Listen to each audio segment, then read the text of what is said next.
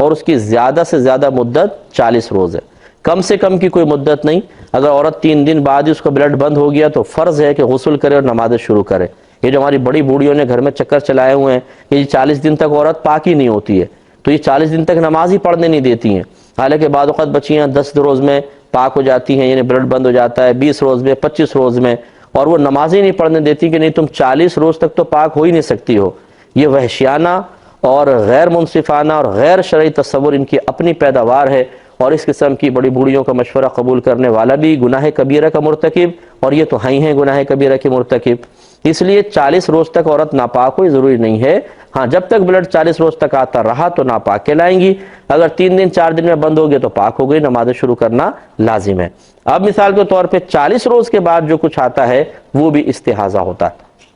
لیکن اس میں بھی وہی بات ہوتی ہے جیسے میں نے ابھی عادت معروفہ حیض میں ذکر کی ہے، نفاس میں بھی ہوتی ہے۔ مثلا پچھلا بچہ پیدا ہوا تھا تو 20 روز بعد بلڈ بند ہو گیا تھا، اور بہن کو چاہیے کہ اس کو نوٹ کر لے کہ جب میرا بچہ پیدا ہوا تھا پہلے والا یا جو پہلا بچہ مثلا تو کتنے دن بلڈ آیا تھا۔ اگر 40 روز آیا تھا تو پھر تو بہت صحیح، کوئی مسئلہ نہیں ہے، لیکن اگر 10-20 روز میں آ کے بند ہو گیا تھا تو عورت پہ لازم ہے کہ اس ڈیٹ کو نوٹ کر کے رکھے، کیونکہ اگر بعد میں کوئی اور بچہ مزید پیدا ہوتا ہے تو اس کے نفاس کے احکام بعض اوقات اس پچھلی ڈیٹ کی معرفت پر موقوف ہوتے ہیں۔ لہذا پہلا بچہ پیدا ہوا، 20 دن بلڈ آ کے بند ہو گیا، بہن نے غسل کیا، نمازیں شروع کر دیں، 40 روز تک آئے نہیں، بس اس کا اندر پاک تھی۔ اگلا جب بچہ پیدا ہوا تو 20 روز کے بعد بھی بلڈ آیا تو یہ رک گئیں کہ شاید پہلے والی عادت بدل رہی ہے، 21 22 23 24 25 26 27 28، اگر بعد میں کسی 40 سے پہلے رک گیا تو کہیں گے عادت بدل گئی، وہ سارے کے سارے نفاس کے ایام کہلاتے ہیں۔ لیکن اگر ایسا ہوا کہ 40 روز تک پہنچ کے اس کو کراس کر گیا تو وہی حکم ہے کہ اس کو عادت معروفہ پہ لوٹائیں گے، یعنی 20 روز نفاس، باقی سب کا سب استحاضہ۔ امید ہے کہ استحاضہ کے کچھ مسائل آپ کو سمجھ میں آئے ہوں گے۔